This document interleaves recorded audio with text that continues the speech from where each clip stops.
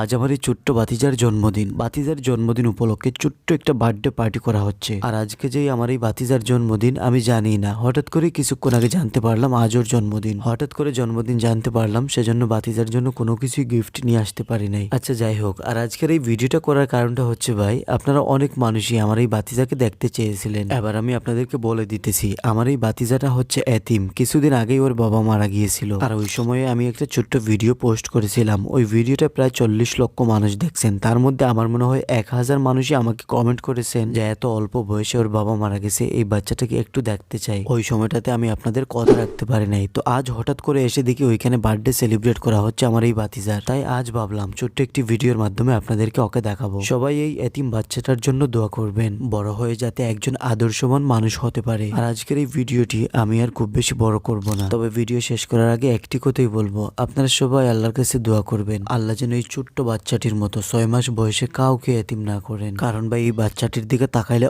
অনেক বেশি কষ্ট হয়। দেখো, আমরা আমাদের বাবার কাছে কত কিছু চাইতাম, অনেক বড় হওয়ার পরও অনেক কিছু চাইতাম, আর এই বাচ্চাটি বাবার সাথে একবারও কথাও বলতে পারে নাই। তাই আল্লাহর কাছে ওইটাই বলবো, আল্লাহ কাউকে এত অল্প বয়সে এতিম করবেন না। তো যাই হোক, আজকের মতো এতটুকুই। সবাই ভালো থাকবেন, সুস্থ থাকবেন। দেখা হবে খুবই তাড়াতাড়ি আপনাদের সাথে পরবর্তী ভিডিওতে। টাটা, আল্লাহ হাফিজ।